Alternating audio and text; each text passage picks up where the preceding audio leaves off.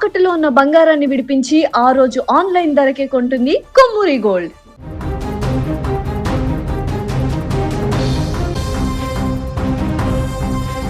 Andhra Pradesh IT విద్యాశాఖ మంత్రి నారా లోకేష్ పునర్వికకు పునర్జన్మ కల్పించడంలో తన హామీ నిలబెట్టుకున్నారు.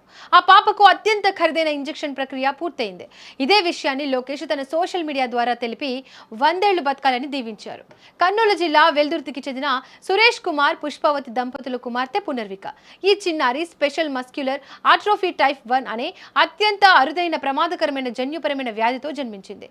ఈ వ్యాధి సోకిన పిల్లల కండరాలు క్రమంగా బలహీనపడి శ్వాస తీసుకోవడం కూడా కష్టమవుతుంది. ఈ చిన్నారి ప్రాణం నిలబడాలంటే అమెరికా నుంచి జొల్గెంసా అనే ఇంజెక్షన్ తెప్పించాల్సి ఉంటుంది. దీని ధర అక్షరాల 16 కోట్లు. ఒక సామాన్య కుటుంబానికి ఇది ఊహకందని భారం. దీంతో పునర్విక ప్రాణాలను కాపాడాలని సోషల్ మీడియాలో భారీ ఎత్తున క్రౌడ్ ఫండింగ్ క్యాంపెయినింగ్ జరిగింది. నెటిజన్లు, సెలబ్రిటీలు స్పందించి రూపాయి కలిపి దాదాపుగా 10 కోట్ల వరకు సేకరించారు. అయితే ఇంకా 6 కోట్లు తక్కువయ్యాయి. ఈ విషయం నారా లోకేష్ దృష్టికి వెళ్లగానే ఆయన వెంటనే స్పందించారు. ఫిబ్రవరి 2026లో చిన్నారి తల్లిదండ్రులకు భరోసా ఇస్తూ మిగిలిన 6 కోట్ల బాధ్యత తనదని మాటిచ్చారు.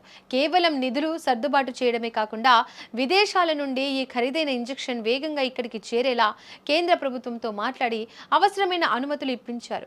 ఇచ్చిన మాట ప్రకారం దగ్గర ఉండి పాపకు వ్యాక్సిన్ వేయించారు లోకేష్.